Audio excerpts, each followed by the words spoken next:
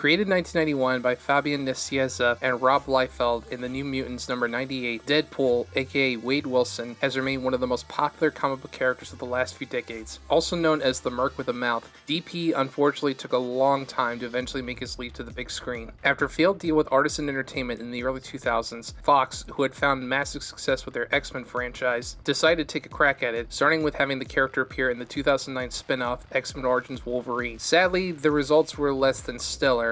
Even though they cast Ryan Reynolds, who was a perfect fit for the character, they drastically changed the character to where he no longer was Deadpool. Between sewing his mouth shut, giving him so many powers that it's absurd, and essentially making him look like a knockoff of Baraka from Mortal Kombat, fans of the character were none too happy. Despite that and numerous other problems, the film was a hit, so Fox decided to move ahead with a new Deadpool movie. Between 2011's Green Lantern and 2013's R.I.P.D., faith was lost in the star power of Ryan Reynolds, and plans for a Deadpool movie were put on hold. Then in 2014, test footage was leaked online that was to show Fox what a possible Deadpool movie with Reynolds would be like, and it instantly became a viral hit. With the unexpected reception of the test footage, Fox decided to give the movie a green light, with Reynolds starring, Rhett Reese and Paul Wernick writing, and Tim Miller directing. So with all the production issues, how did the movie turn out? Probably way better than anyone would have ever expected.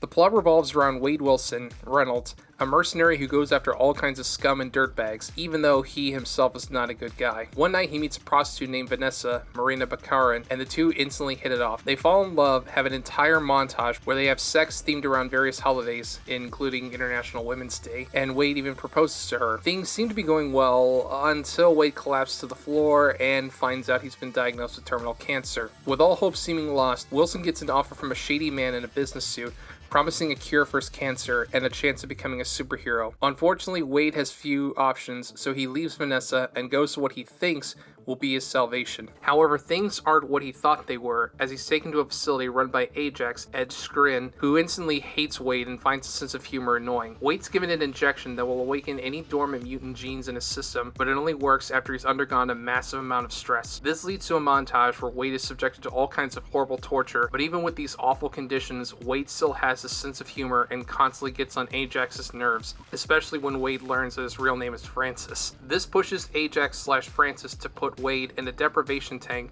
that cuts off oxygen to the point where the victim is on the urge of suffocation. While this does awaken Wade's mutant gene, a healing factor that cures his cancer and makes him nearly invincible, he is left horribly scarred. If that weren't bad enough, he finds out that he's going to be sold off to the highest bidder as a superpowered slave. Wade manages to escape after burning down the facility, but Francis gets away after telling him that he can cure Wade's disfigurement. After trying to reconnect with Vanessa but fearing how she would react to seeing him, he confides in his friend Weasel, TJ Miller, and the two create Wade's alter ego, Deadpool. DP then sets out to get revenge on Francis, get him to cure his scarring, and get Vanessa back.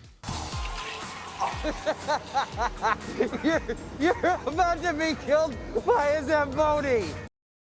What largely makes this movie work is Ryan Reynolds' performance as Deadpool. His comedic timing is on point, and he exudes charisma and charm. He also has great chemistry with Baccarin, to the point where you buy them as a loving couple, and you get why he's so determined to get her back. Ed Skrein also shines as Ajax/Francis, playing such a loathsome villain that you love to hate him, and you're just waiting for him to get his comeuppance. Along the way, DP runs into two of the X-Men, the gigantic Colossus, played by Andrei Tricotu, and voiced by Stefan Kapicic, and the new recruit, Negasonic Teenage Warhead, played by Brianna Hildebrand. The two of them make a great pair, Colossus being the moral center and an even bigger Boy Scout than Superman. Oh!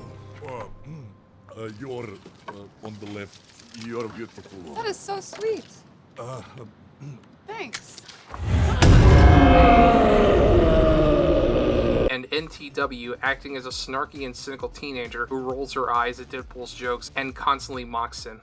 Ripley from Alien 3. Fuck, you're old. Also in the mix is Blind Al, played by Leslie Uggams, who is a lot of fun as a bitter old black lady who more or less acts as Wade's caretaker and throws insults back and forth with DP. Screw, please. Here? Now? Just kidding. I know it's been decades. You'd be surprised.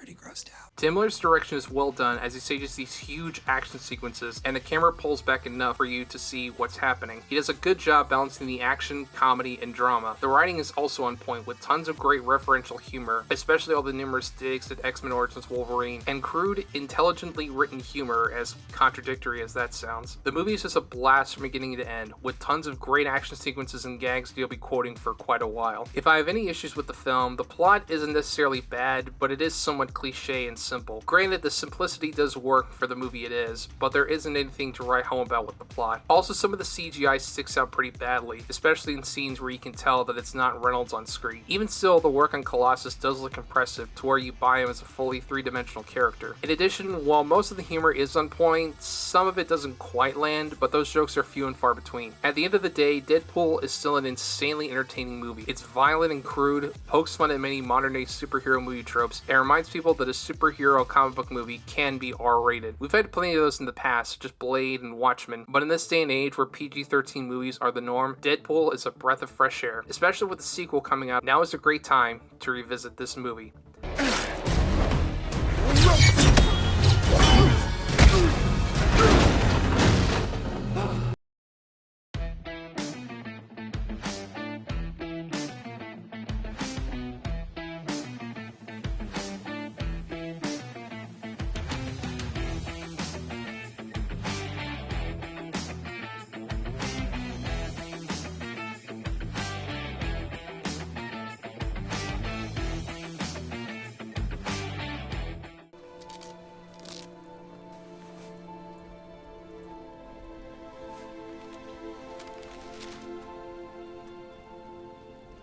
And this one. In case the other fell